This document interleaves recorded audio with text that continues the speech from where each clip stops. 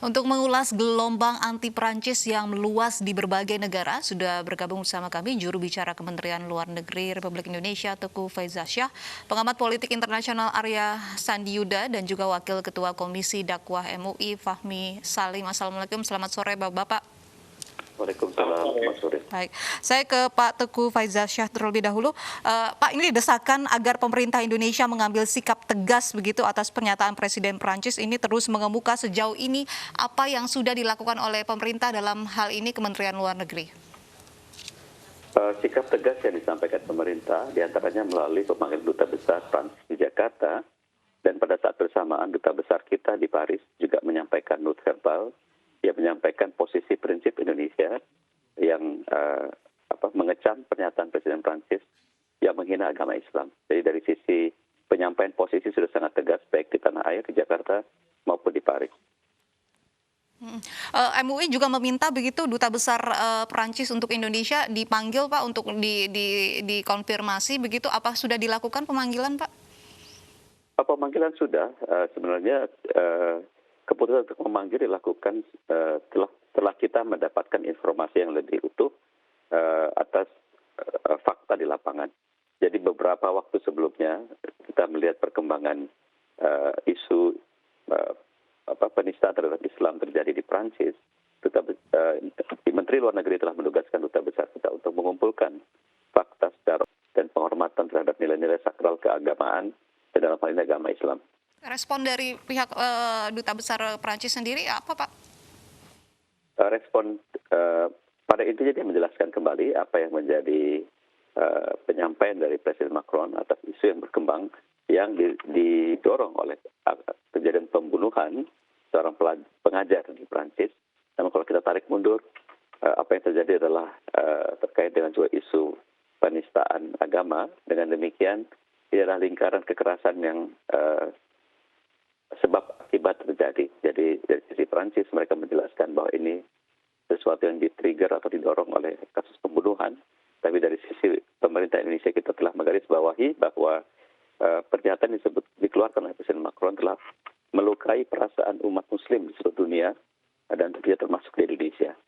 Baik, kami ke Pak Arya Sandiyuda, pengamat politik internasional. Pak Arya, Anda menilainya sudah tepatkah langkah yang diambil oleh pemerintah Indonesia?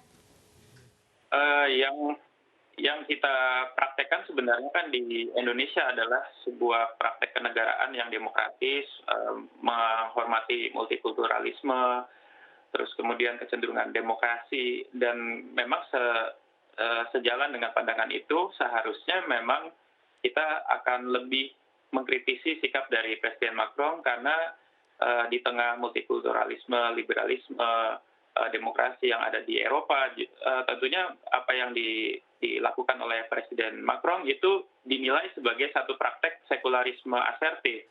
Yang dimaksud dengan sekularisme asertif ini adalah praktek sekularisme yang tidak memperkenan praktek-praktek atau ekspresi keyakinan keagamaan di ruang publik. Yang sebenarnya ini bentuk satu produk-produk Turki. Ini karena didasari karena dalam hal sekularisme pasif mereka setuju, dalam hal mengusung nilai-nilai demokrasi yang santun dan menghargai keyakinan keagamaan mereka setuju, tapi melihat kondisi Turki yang juga ada dinamika atau ada goncangan dalam hal ekonomi. Tadi ada juru bicara JHP, terus kemudian ada Murad Emir, ada anggota dewan di Ankara, JHP juga memberikan pandangan ya, itu terkait ekonomi mereka juga banyak dinamika. Jadi kalau kita lihat praktek seruan boikot Turki, kalau kita lihat justru lebih banyak direspon di negara-negara Arab ya, di Timur Tengah itu di negara-negara Arab. Di Turki sendiri tidak. Nah, tinggal kemudian high call-nya Indonesia, apakah harus sampai boikot? Karena sebenarnya di sangat bergantung faktor dalam negeri, terutama masalah ekonomi misalnya. Apakah produk-produk tersebut sudah ada substitusinya dan seterusnya, saya kira itu akan menentukan dukungan di masyarakat domestik masing-masing negara termasuk juga di Indonesia gitu. Tapi kalau terkait secara diplomatik kita memanggil, bahkan kita kalau perlu memberikan kecaman secara tegas ya, gitu itu ya, sudah Pak Arya. Baik, kita sudah bergabung juga dengan Wakil Ketua Komisi Dakwah MUI Fahmi Salim. Assalamualaikum, selamat sore Pak Fahmi.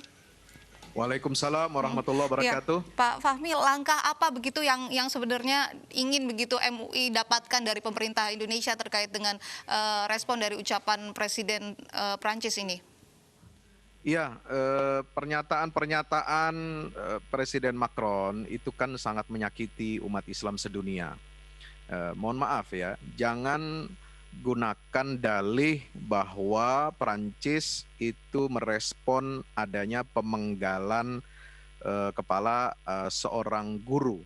Ya, itu kan tindakan itu memang ya tidak sepenuhnya bisa kita benarkan. Ya, kita bisa memahami bahwasanya tidak boleh menggunakan atau main hakim sendiri.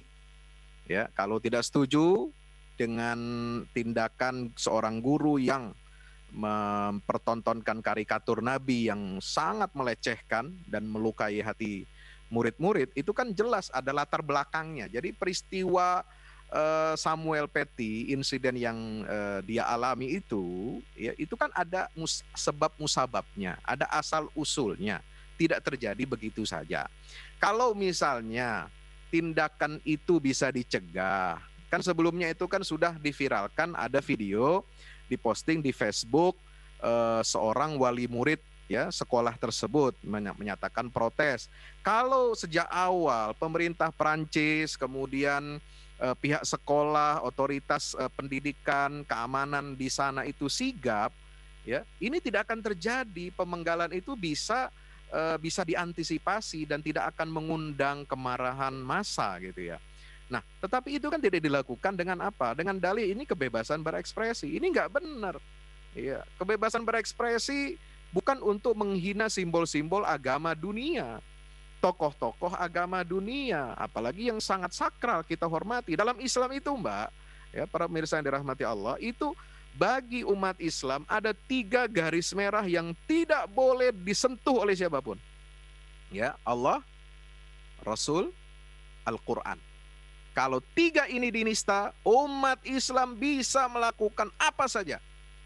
Bahkan bisa di luar kontrol. Nah, ini sangat kita harus jaga ya. MUI ingin menjaga supaya umat Islam ini tidak murka, marah, ya bisa. Tetapi kalau orang itu menganggap bahwa itu adalah perbuatan yang sebagai kebebasan berekspresi, itu sama sekali nggak bisa dibenarkan. Dan pengadilan institusi di Eropa itu jelas kok menyatakan bahwasanya tindakan tersebut bukan kebebasan berekspresi, itu adalah penghinaan terhadap simbol-simbol agama. Itu yang pertama. Pemerintah Indonesia Ya, sudah memanggil Duta Besar Prancis untuk Indonesia untuk meminta klarifikasi. Apakah hal ini sudah cukup begitu menurut Anda? Apa yang cukup? Dengan pemanggilan Duta Besar Prancis untuk Indonesia begitu. Ya, bagi saya pribadi menganggap itu belum cukup ya. Kita harus memberikan nota protes diplomatik yang keras, bukan hanya sekedar memanggil duta besar ya. Kedutaan besar Perancis malah setelah dipanggil oleh Ibu Menlu itu mengeluarkan rilis kedubes Perancis itu sama sekali tidak ada kata-kata penyesalan, menyayangkan gitu ya, yang dilakukan oleh pemerintahannya, dalam hal ini presidennya. Sebab ini kan sudah dikecam di seluruh dunia, tetapi justru malah mengajak orang untuk mengutuk radikalisme, kemudian kerjasama memberantas terorisme, dan tidak ada sama sekali penyesalan, permohonan maaf atas kata-kata Presiden Macron yang menyinggung umat Islam, bahwasanya Islam itu mengalami krisis di seluruh dunia. Kita harus merestrukturisasi Islam. Ini kan apa? Ini kan intervensi orang luar terhadap ajaran Islam. Nggak boleh dong. Ya, itu tata keramanya di mana seorang kepala negara ya. Pemimpin negara maju itu kan punya kewajiban moral untuk apa? Menjaga perdamaian sipil ya. Kemudian menjaga kerukunan sosial, menjaga hubungan antar bangsa. Kita ini kan warga dunia ya. Warga dunia ini kan agamanya beragam, dan Islam itu agama nomor 2 terbesar loh di dunia loh. Yang paling Pak Fahmi, cepat kita akan langsung konfirmasi Eropa ke Kementerian Luar Negeri Indonesia. Pak Faizasya, apakah ada rencana pemerintah untuk melayangkan nota protes diplomatik? Dalam konteks hubungan antar negara, pemanggilan duta besar adalah salah satu wujud penyampaian sikap yang sangat tegas. Dan penyampaian nota diplomatik pun telah disampaikan melalui kedutaan besar kita di Prancis. Di sana juga kita dari awal bahkan sudah menyampaikan pertimbangan bahwa hal-hal yang disampaikan akan memicu pergolakan di masyarakat Islam. Dengan demikian jauh sebelum atau beberapa hari sebelum kita memanggil duta besar Prancis, langkah proaktif telah dilakukan oleh duta besar kita di Paris atau instruksi Menteri Luar Negeri untuk melakukan pendekatan langsung ke pihak kedutaan besar Prancis sudah menyampaikan posisi Indonesia dan juga menegaskan kembali bahwa Prancis sebagai salah satu negara yang memiliki posisi penting di Dewan Keamanan PBB memiliki tanggung jawab untuk menjaga keamanan, menghormati nilai-nilai toleransi dan perbedaan, dan juga menyampaikan penegasan kembali bahwa kebebasan berekspresi tidak bisa dilakukan dengan mencederai kehormatan, kesucian, kesakralan nilai-nilai yang dianut satu agama. Dengan demikian apa yang menjadi posisi prinsip Indonesia telah disampaikan secara jelas di Paris, di ibu kota Prancis. Dengan kata lain, posisi tegas tertulis telah disampaikan di Prancis dan pemanggilan duta besar Prancis di Jakarta merupakan wujud penegasan kembali apa yang menjadi posisi Indonesia. Posisi Indonesia atas perkembangan yang terjadi saat sekarang. Baik Pak Faizasyah, benarkah tidak ada permintaan maaf atau kalimat penyesalan begitu setelah dilakukan pemanggilan dari Duta Besar Prancis untuk Indonesia ini? Seorang duta besar tentunya menyuarakan apa yang menjadi posisi pemerintahnya. Sampai saat sekarang belum kami mencatat adanya pergeseran atau perubahan posisi dari pihak Presiden Prancis sendiri.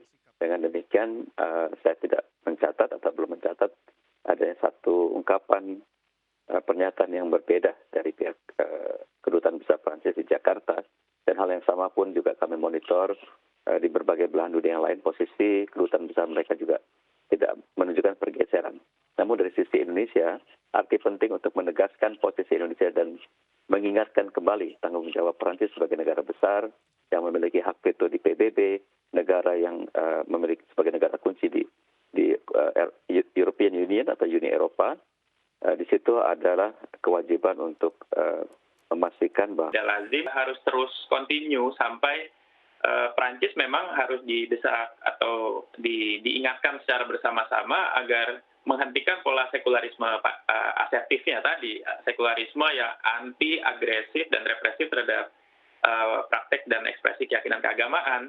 Karena ini juga pernah terjadi di Turki, negara yang sekarang memperingatkan Prancis. Dulu juga Turki seperti ini, juga sangat agresif, sangat asertif terhadap praktek ekspresi keyakinan keagamaan warganya sendiri. Dan kemudian akhirnya memang setiap negara yang mempraktikkan seperti ini, dia akan mengalami dinamika, baik di dalam, ataupun ekspresi dari orang dengan keyakinan keagamaan yang sama dari luar. Dan ini memang kalau kita lihat, Prancis ini kan pusat perhatian dunia, dan itu punya efek yang menular. Jadi memang kita harus terus melanjutkan diplomasi, juga tekanan-tekanan direct, asertif, tidak pernah represif terhadap ekspresi keyakinan keagamaan. Jadi memang harus ditekan terus.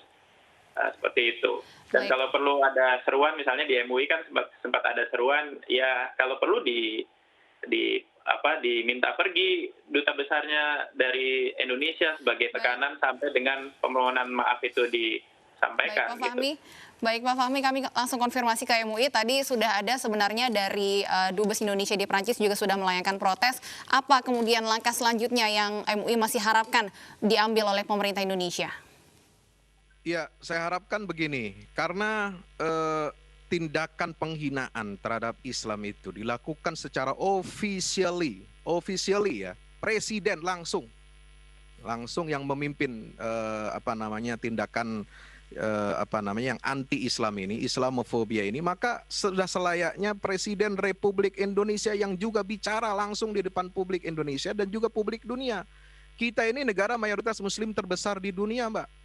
Ya, jangan hanya Turki dong yang tampil atau presiden apa gitu ya. Mereka itu jauh lebih kecil dari kita komposisinya. Ini Presiden Republik Indonesia ini harus bicara di dunia internasional, ya, face to face, head to head. Ya, saya tidak mengatakan tidak ada, hubungan antar negara tidak ada permusuhan, tapi ketegasan menyampaikan aspirasi umat ini penting. Jadi selain tadi sudah memanggil duta besar, kalau perlu Presiden bicara ya di depan media, di depan pers, kemudian menarik duta besar Indonesia pulang, Mbak. Ya, sementara karena ini bukan main-main. Ini bukan main-main ya. Presiden Macron sudah meminta Grand Sheikh Al-Azhar untuk membantu menurunkan tensi ketegangan ya, gerakan boikot di Timur Tengah, tapi ditolak keras oleh Sheikh Al-Azhar. Jadi sikap ulama jelas ya, tidak abu-abu ya, dan ini jelas ini tidak boleh menjadi eskalasi. Jadi saya mengkhawatirkan begini, dari tweet yang ditulis oleh Grand Sheikh Al-Azhar itu jelas ada upaya-upaya untuk memasukkan, menjebloskan, mengkapitalisasi ya Islam ini dalam konteks pertarungan politik global. Ini ya, semoga masuk apa ke dalam harapan pasar dari gelap MUI bisa politik, didengarkan begitu oleh pemerintah Indonesia dan, begitu ya Pak menjadi Fahmi ya. spekulan, jadi korban Baik, Islam ini. baik. Terima kasih Pak Fahmi Salim sudah bergabung sama kami, dan juga ada Pak Teguh Faizasyah dan juga Pak Arya Sandi Yuda.